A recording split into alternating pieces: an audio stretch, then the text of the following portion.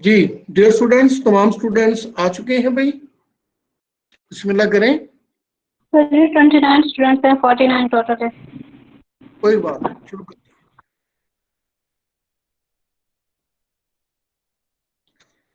आगाज करते हैं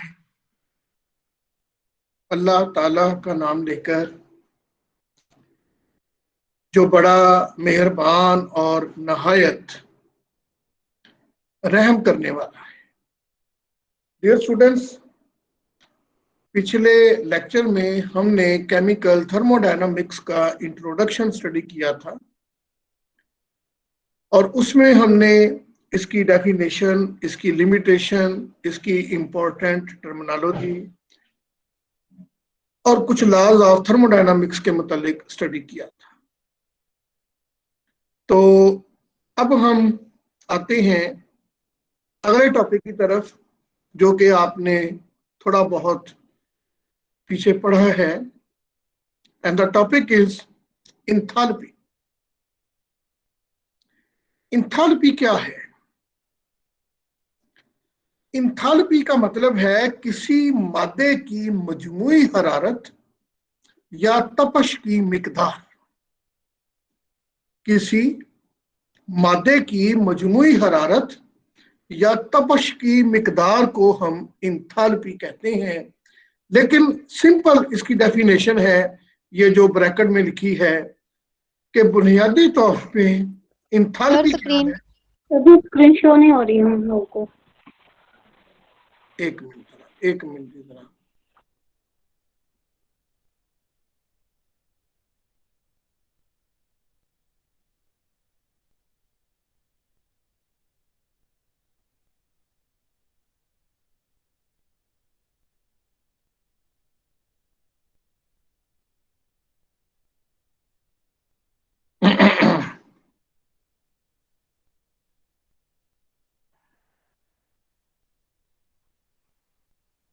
जी, अब स्क्रीन शेयर हो गई है, चेक करें। जी सर। जी सर। डियर स्टूडेंट्स, ये हम आज स्टडी करेंगे इंथैल्पी के मुतालिक, कि इंथैल्पी से मुराद क्या है।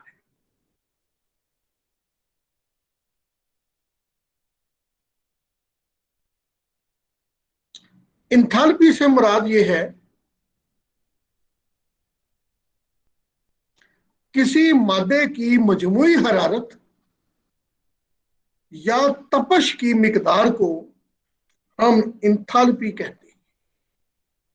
किसी मादे की मजमूई हरारत या तपश की मिकदार को हम इंथैल्पी कहते हैं। और इसकी सिंपल डेफिनेशन ये है कि it is the sum of internal energy and pressure volume work.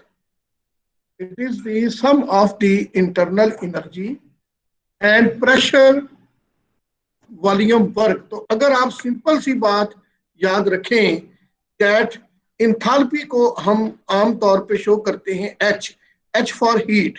तो हीट की टर्म में हम इसका एच ले लेते हैं। तो H is equal to E plus PV। तो अगर आप सिंपल सी डेफिनेशन याद रख लें, the sum of internal energy and pressure volume work is called enthalpy. तो ये इसकी एक सिंपल सी डेफिनेशन। लिहाजा अगर हम इसको in term of heat supplied eight constant pressure लेते हैं, तो हमारे पास ये टर्म बन जाती है that QP मतलब the heat supplied at constant pressure is equal to change in enthalpy। तो आप अगर इसको लिखते हैं चेंज ऑफ इंथैल्पी की टर्म में, तो ये टर्म बन जाती है del H is equal to del E plus P del V। लिहाजा इस इक्वेशन नंबर 3 के मुताबिक del H is equal to del E plus P del V। इसका मतलब ये है the enthalpy change of a process is the sum of increase in the internal energy of the system and pressure volume work done. लिहाजा equation number 3 इसमें इसकी मुकम्मल definition को भी एक्सप्लेन कर सकती है। अब हम अगर जनरल गैस इक्वेशन को अप्लाई करें, that is PV is equal to nRT, तो पीवी इसमें जो वॉल्यूम है ये इनिशियल टेम्परेचर पे क्या हो सकता है, इनिशियल वॉल्यूम V1, फिर फाइनल वॉल्यूम V2, इसी तरह इनिशियल टेम्परेचर T1 और T2। हम इसको लिख सकते हैं कि अगर हम मोल्स की मिकदार या मोल्स की तादाद चेंज करें तो क्या होगा, गैस की जिसामत भी चेंज होगी। लिहाजा इस इक्वेशन को लिख सकते हैं P del V is equal to del nRT। लेकिन एक्चुअली इसके अंदर ये जो हमारे पास इक्वेशन नंबर 4 आई है, अगर हम इस P del V की वैल्यू उठाकर इस इक्वेशन नंबर 3 में रख दें तो इस P del V की जगह पे क्या लिखेंगे, del nRT। तो ये इक्वेशन क्या बन जाएगी, del H is equal to del E plus del nR। तो ये हमारे पास एक और नई इक्वेशन नंबर 5 आ गई है जो इंथैल्पी को एक्सप्लेन कर सकती है। लेकिन ये उस वक्त होगी अगर हमारे पास आइडियल गैस हो। डियर स्टूडेंट्स, तो इंथैल्पी से मुराद सिंपल ये है कि it is the sum of internal energy and pressure volume work. और आप अगर इस सॉरी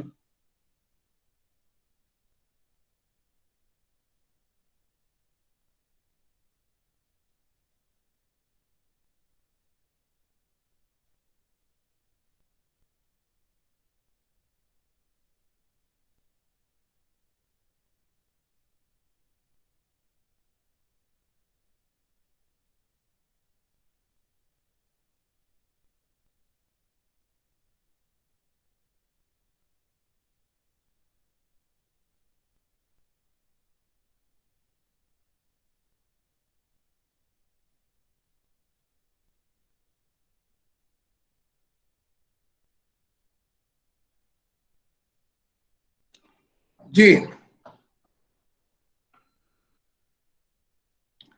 तो डियर स्टूडेंट्स अब हम फिजिकल सिग्निफिकेंस ऑफ इंथैल्पी को देखते हैं।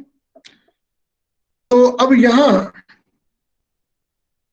एक क्वेश्चन पैदा होता है कि इसमें हमने एक टर्म पढ़ी है del E. What is del E, कौन बताएगा? Change change in in internal energy. Energy. Change in internal energy. अब यहां पे इंटरनल एनर्जी क्या है? The definite amount of energy which is stored in a system is called internal energy. एक system के अंदर जितनी भी एनर्जी स्टोर होती है, जितनी भी, वो जो जितनी एनर्जी आप स्टोर करेंगे उसको हम क्या बोलते हैं, इंटरनल एनर्जी। मिसाल के तौर पे एक सिस्टम आप लेते हैं, उसमें kinetic energy, potential energy, heat energy या वट एवर, जो भी उसमें सम ऑफ एनर्जी, सबको जमा कर लें तो जो जवाब आएगा उसको क्या बोलते हैं, इंटरनल एनर्जी। अब यहाँ एक ये न्यूमेरिकल है, फिलहाल इसको करने की जरूरत नहीं है, अब इसको पढ़ लीजिएगा। अब यहाँ हम आते हैं main topic, heat capacity. What is mean by heat capacity? Heat capacity का क्या मतलब होता है? क्या जी, हीट कैपेसिटी का क्या मतलब है? सर हीट कैपेसिटी मतलब इस दो तरह की होती है, एक मोलर हीट कैपेसिटी और एक वैसे मतलब हीट कैपेसिटी। मोलर ऐसा है कि वो बेटा एक ठीक मोल है, जितनी हीट को ऑब्जर्व कर सके, मतलब मैक्सिमम जो इसकी एबिलिटी है एक मोल चीज की, उसको मोलर हीट कैपेसिटी कहते हैं। वो तो बेटा और बाप एक की बात मतलब है। मैं पूछ रहा हूँ जनरल हीट कैपेसिटी का क्या मतलब है? सर मैं एक्सप्लेन करता हूँ इसको। Heat absorption property. ये सिंपल लिखा है, हरारत जज़ब करने की सलाहियत। हरारत सर जज़ब करने की सलाहियत को हीट कैपेसिटी कहते हैं। लिहाजा अगर इसकी डेफिनेशन देखें कि अगर सपोज करें कि हमारे पास एक सिस्टम है जिसका टेम्परेचर T1 है, हम उसको हीट सप्लाई देते हैं। क्यों? और टेम्परेचर हो गया T2 और इजाफा कितना हुआ टेम्परेचर का 1 डिग्री सेंटीग्रेड।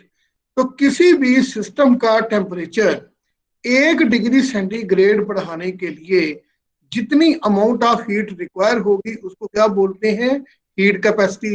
लिहाजा हीट कैपेसिटी की डेफिनेशन ये लिखी है, पढ़े कोई एक बंदा। It is the Amount of heat It is the amount of heat which is required to raise the temperature of the system कितना through 1 degree 1 centigrade. Degree centigrade. अब सिंपल सी डेफिनेशन है कि सी ये है कैपेसिटी इसकी heat की, सी for capacity. तो ये किसके इक्वल आ गई, Q over T2 minus T1। Q क्या है, heat supplied, T2 final temperature, T1 initial temperature. तो यहाँ पे जो डिफरेंस आया T2 और T1 का कितना आ गया, डेल टी। तो C is equal to Q over del T. लिहाजा आप क्या कह सकते हैं कि हीट कैपेसिटी एक टेम्परेचर डिपेंडेंट फंक्शन है। ये एक टेम्परेचर डिपेंडेंट फंक्शन है। लिहाजा हम इसको अगर लिखते हैं एक नैरो टेम्परेचर रेंज में, हम लिख सकते हैं C is equal to partial Q over dt।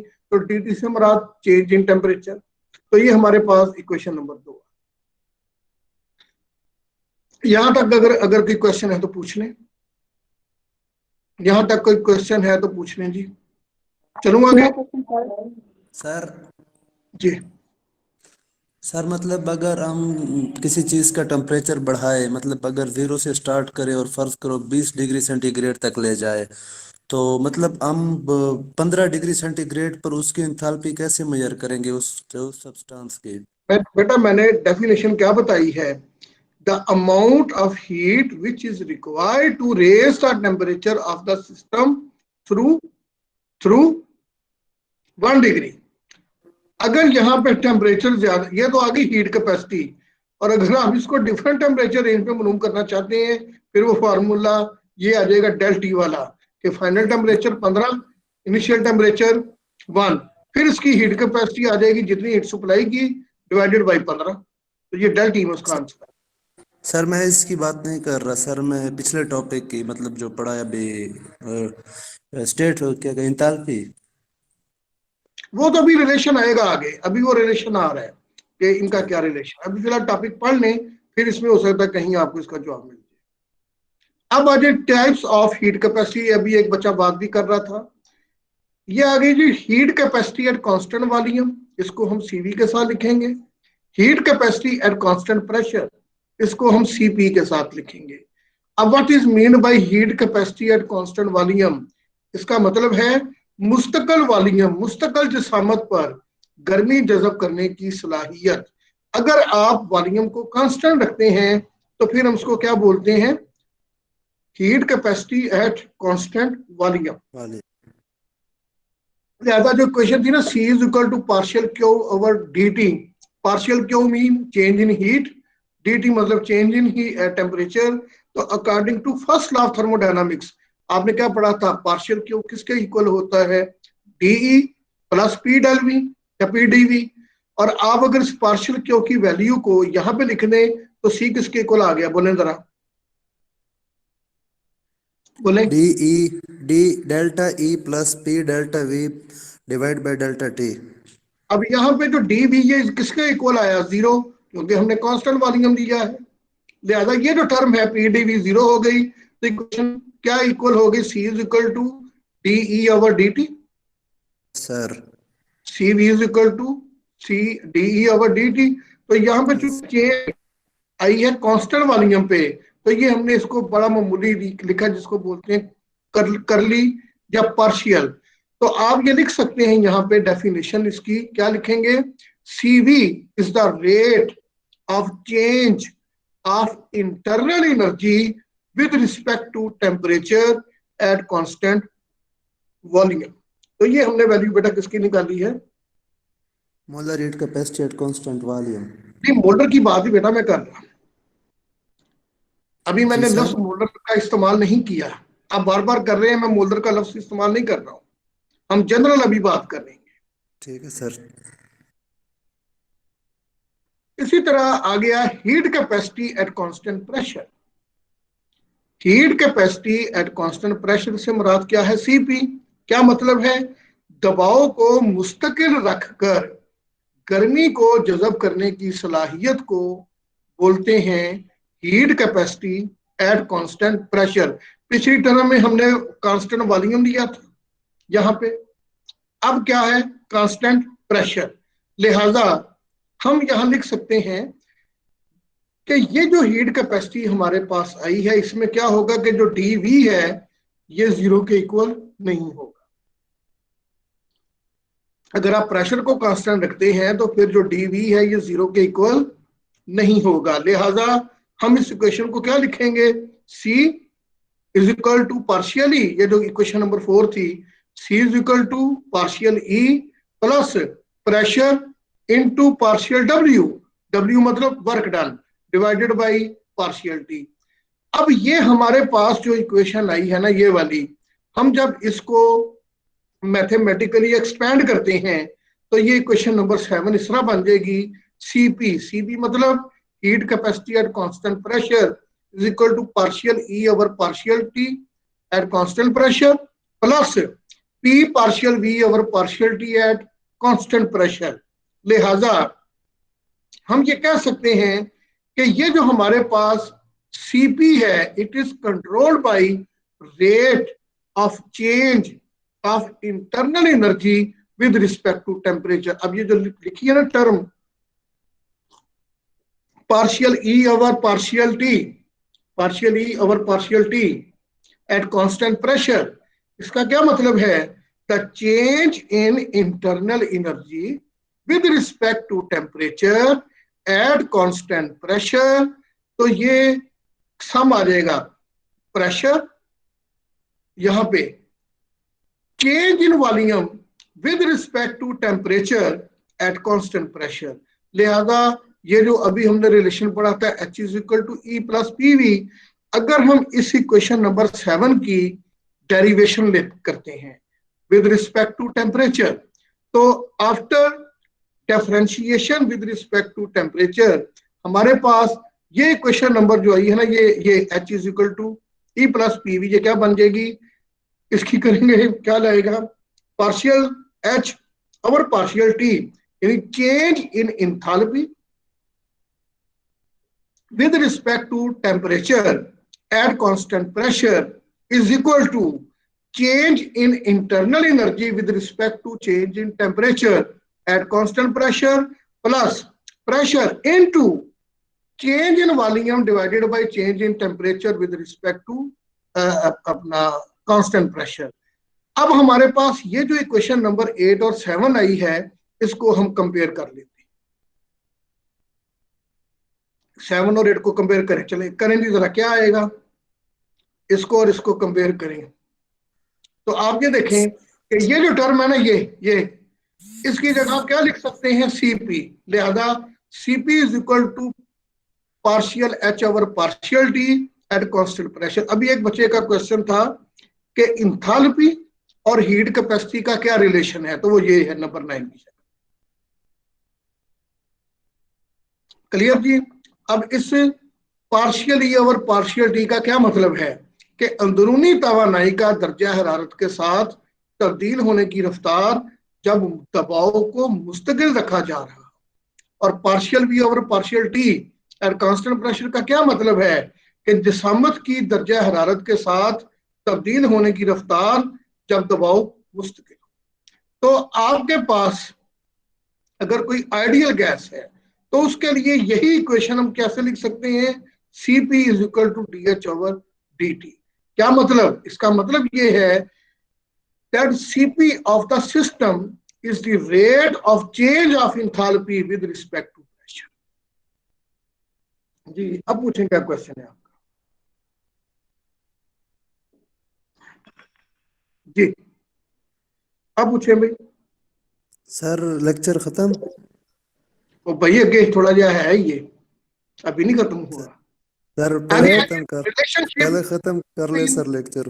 Relationship between Cp and Cv के Cp और Cv का क्या रिलेशन है? ये अक्सर आ जाता है शॉर्ट क्वेश्चन कि सीपी और सीवी का रिलेशन क्या है। इसके लिए ये है CP minus CV is equal to R. तो सीपी क्या होता है, del H over del T, CV क्या है, del E over del T. अब ये कैसे आया है, इसके लिए देखें कि इंथैल्पी का फार्मूला क्या है। इंथैल्पी का फार्मूला क्या है, H is equal to E plus P V. For 1 mole of gas क्या आ जाएगा, P V is equal to R T, H is equal to E plus are.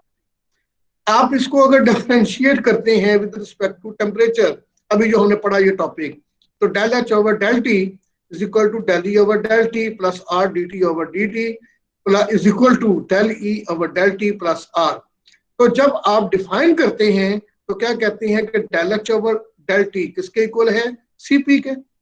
ये सीपी के इक्वल हो गया। ये जो del E over del T है ये किसके इक्वल है, सीवी के। लिहाजा आप लिख सकते हैं इतने हिस्से की जगह सीपी, इतने के हिस्से की जगह सीवी, तो CP is equal to CV plus R. CV उधर ले जाएं, क्या बन गया, CP minus CV is equal to R. तो ये रिलेशन है बिटवीन सीपी एंड सीवी। ठीक है जी। ये अगर कोई क्वेश्चन है तो पूछ लें। Yes sir. सर डी ज्यादा बड़ी स्मॉल चेंज होती है या पार्शियल ज्यादा स्मॉल चेंज होती है?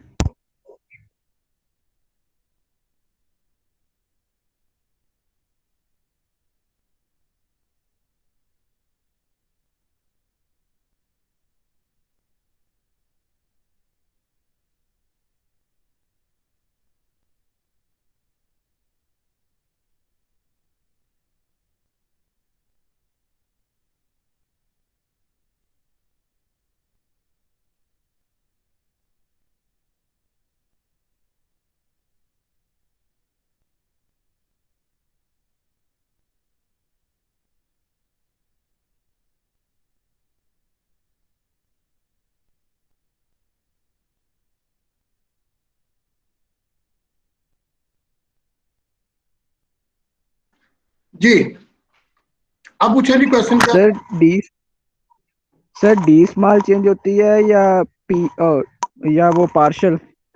अगर चेंज बहुत बड़ी हो तो फिर हम डेल लिखते हैं मुसल्लस की ट्राइंगल के साथ। अगर नॉर्मल चेंज है तो हम ये डी लिखते हैं, ये वाला। अगर चेंज बहुत ही मामूली हो तो फिर हम पार्शियल का या कर्ली का बढ़ लिखते हैं। ये डेल का मतलब तीन तरह के डेल होते हैं। एक होता है बहुत बड़ी तब्दीली हो तो ट्राइंगल, नॉर्मल सी हो तो डी, और अगर ये बिल्कुल मामूली सी हो तो फिर पार्शियल।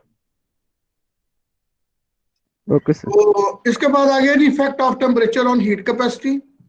ये वाला ये एक ग्राफ है जो आपको बता रहा है कि मुख्तलिफ गैसों के ऊपर जब आप टेम्परेचर को इंक्रीज करते हैं, अगर कोई मोनोटॉमिक गैस है तो उसमें कोई इफेक्ट नहीं आ रहा, लेकिन अगर डाइटॉमिक है जैसे कि hydrogen, carbon monoxide, carbon dioxide, sulphur dioxide, तो ऐसी सूरत में ये जो होती हैं ना गैसें, इनके ऊपर हीट कैपेसिटी का जो इनकी ratio CV over N R, इसमें चेंज आ जाती है। एनीहो ये टॉपिक एक अलग से है जो पढ़ने वाला है, समझने वाला है। तो अब हम इसके बाद चलेंगे effect of temperature on the heat reaction, या बाकी देखेंगे टॉपिक क्या है। तो ये इंशाल्लाह नेक्स्ट, अब आपकी जो अगली क्लास है वो 11 तारीख को होगी। ठीक है जी। जी सर, ऑनलाइन या यूनिवर्सिटी? जी सर जी सर ऑनलाइन यूनिवर्सिटी होगी या नहीं ओपन हो जाएगी?